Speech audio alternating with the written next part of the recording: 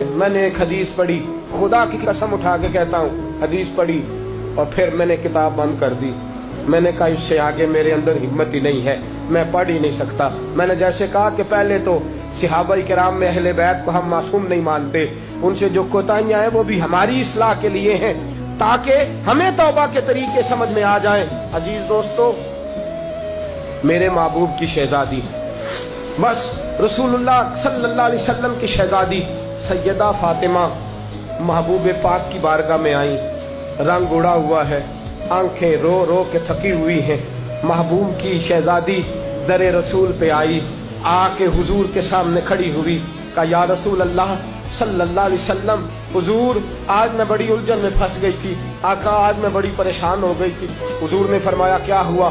کہا یا رسول اللہ میں اور علی باتیں کر رہے تھے، باتیں کرتے کرتے بات بڑھنے لگی، حضور مجھ سے کوئی ایسا جملہ نکل گیا، علی ناراض ہو گئے، مجھ سے بات ہو گئی۔ دوستو، درۃ الناصحین میں صاحب درۃ الناصحین لکھتے ہیں، کہا علی ناراض ہو گئے۔ سیدہ فاطمہ فرماتی ہیں میں نے 70 چکر لگائے علی کے کمرے کے۔ کتنے؟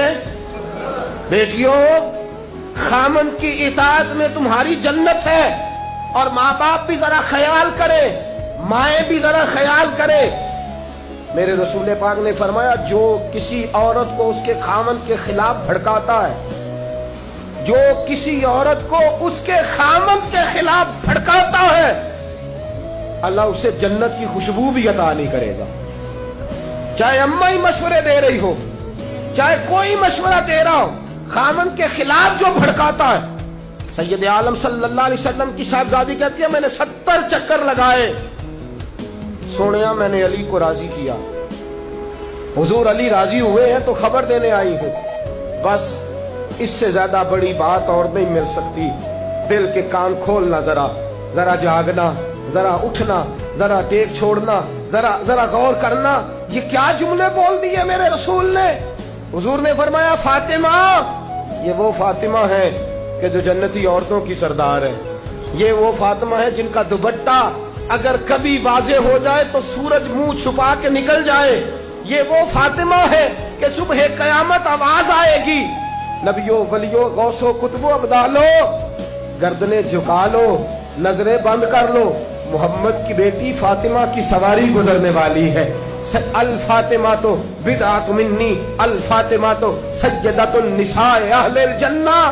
حضور نے فرمایا فاطمہ تو نے اچھا کیا، علی کو راضی کر لیا، اگر علی تجھ سے ناراض رہتے اور تیرا انتقال ہو جاتا، حضور فرماتے ہیں فاطمہ میں تیرا جنازہ نہ پڑھتا۔ فرمایا میں اس سے بڑی بات کہاں سے لاؤ گے، اس سے بڑا فکرہ کہاں سے لاؤ گے؟ فرمایا فاطمہ میں تیرا جنازہ نہ پڑھتا اس لیے کہ تو مولا کائنات کی بیوی ہے، اگر تجھ سے علی ناراض رہتے۔ اور پھر میرے حبیب نے فرمایا جس کا خامند اس سے راضی ہوتا ہے اس کا اللہ بھی اس سے راضی ہوتا ہے۔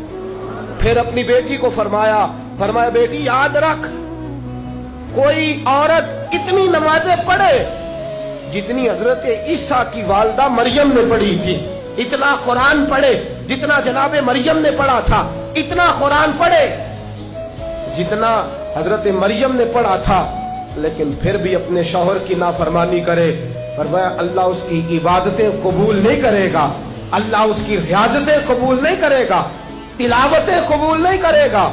قبول تب کرے گا جب شوہر کی فرما برداری کرے گی، قبول تب کرے گا جب شوہر کو راضی کرے گی۔ دوستو، بڑے نصیبوں والی ہیں سیدہ فاطمہ کہ سیدہ فاطمہ الزہرا کا جنازہ اٹھا تو سب سے زیادہ آنسو جس نے بہائے وہ شیر خدا مولا کائنات ہیں۔ فرمایا فاطمہ میں تجھ سے لمحہ لمحہ راضی رہا، فاطمہ تو ایسی بیوی تھی کہ کائنات میں دوسری کوئی نہیں ملے گی۔